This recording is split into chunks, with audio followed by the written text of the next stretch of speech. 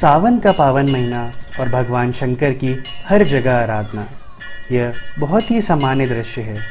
तो अब जबकि सावन का महीना चल रहा है, आइए हम आपको कैलाश पर्वत के बारे में कुछ बहुत ही रोचक और अविश्वसनीय तथ्य बताते हैं।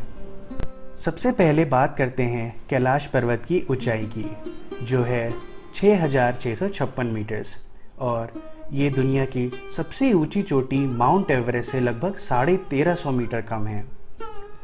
दुनिया की सबसे ऊंची चोटी पर सबसे पहली बार चढ़ाई 28 मई सन 1953 को हुई थी, और उसके बाद अनेकों पर्वतारोहियों ने इस पे फतह हासिल की। अब प्रश्न ये उठता है कि किसने सबसे पहले कैलाश पर्वत पे चढ़ाई की, और अब तक कितने ऐसे लोग हैं जो ये कीर्तिमान रच चुके हैं। 1, 2 या एक भी नहीं।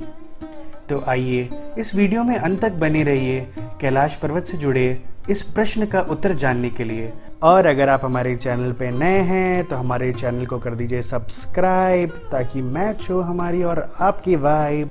जैसा कि आप अपनी स्क्रीन पे देख रहे हैं, तिब्बत के दक्षिणी पश्चिमी हिस्से में पाए जाने वाले पर्वतों को कैलाश पर्वत के नाम से जाना जाता है। काले पत्थरों से निर्मित हीरे के आकार का यह अति सुंदर पर्वत बहुत ही पवित्र है। पुराणों के अनुसार कैलाश पर्वत के 4 मुख हैं, जो कि मनिब, लालमणि, स्वर्ण और नीलम उपरत्न से निर्मित है। प्रायः 4 धर्मों के लिए ये तीर्थ का स्थान है। सबसे पहले बात शुरू करते हैं हिंदू धार्मिक मान्यताओं से, जिनके अनुसार कैलाश पर्वत भगवान शंकर का निवास स्थान है। ऐसी मान्यता है कि भगवान शंकर, माँ पार्वती, विघ्नहर्ता भगवान गणेश, कार्तिकेय और प्रभु शंकर के प्रिय गण जैसे नंदी इत्यादि कैलाश पर्वत की चोटी पर ही निवास करते हैं। विभिन्न हिंदू धार्मिक संप्रदायों में कैलाश पर्वत को स्वर्ग भी माना गया है। कैलाश पर्वत को संसार का स्तंभ भी कहा जाता है। आइए जानते हैं इसी से जुड़े एक रोचक भौगोलिक संयोग के बारे में। जैसा कि आपको मैप पे दिख रहा है कि कैलाश पर्वत की दूरी स्टोनहेंज, जो कि यूके स्थित प्राचीन स्मारक है, से 6,666 किलोमीटर है, और उत्तरी ध्रुव से भी ये दूरी 6,666 किलोमीटर ही है।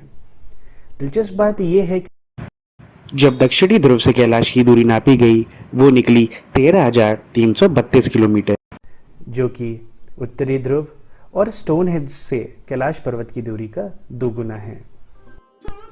अब बात करते हैं बौद्ध धर्म की। बौद्ध धार्मिक ग्रंथों में कैलाश पर्वत को मेरू के नाम से जाना जाता है, तथा उनके अनुसार कैलाश को बुद्ध डेमचौक का निवास स्थान भी माना गया है। चलते हैं अब जैन धर्म की ओर।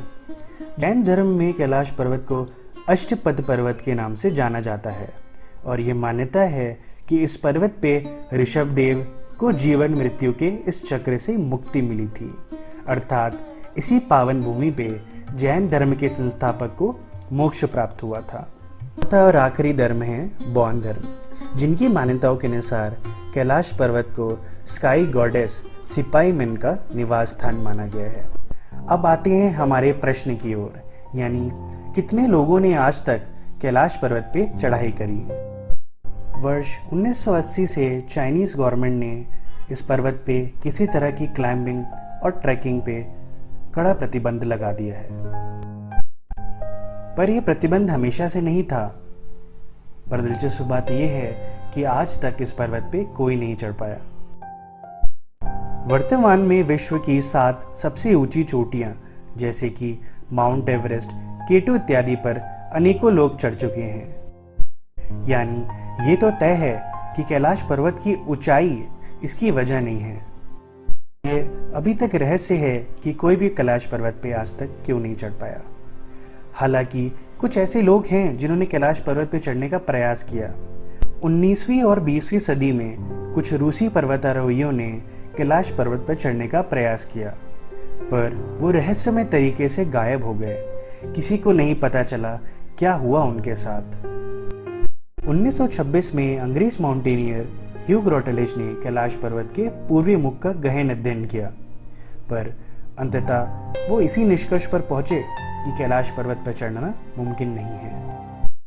ह्यू ग्रोटलेज के साथ दूसरे पर्वतारोही थे आरसी विल्सन, जिन्होंने एक शेरपा सेतान के साथ मिलकर दक्षिण पूर्वी खाड़ी की तरफ से कैलाश पर्वत पर चढ़ने का प्रयास किया।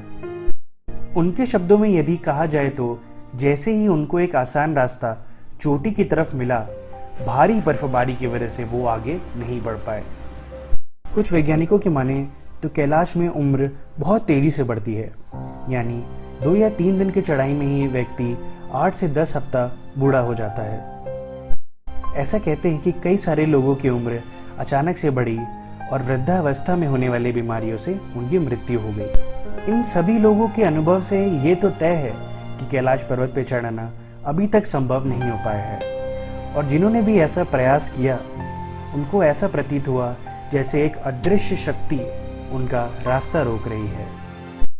और इसीलिए हर्बर्ट टिची से गार्पन की गई इस विषय में बात बिल्कुल सही साबित होती है। उन्होंने कहा था, सिर्फ वही मनुष्य जो कि किसी भी प्रकार के पाप और विकारों से मुक्त है, सिर्फ वही कैलाश पे चढ़ सकता है। और ऐसे मनुष्य को बर्फ की दीवारों को नहीं चढ़ना पड़ेगा, बल्कि वो हाथ फहराएगा और किसी पक्षी की भांति स्वतः इस पर्वत की चोटी पे पहुंच जाएगा। अगर कैलाश से जुड़ी ये जानकारी आपको अच्छी लगी हो तो इस वीडियो को लाइक और शेयर ज़रूर करें, और हमारे चैनल को सब्सक्राइब करें इसी तरह से जुड़ी कुछ रोचक और अविश्वसनीय जानकारी पाने के लिए।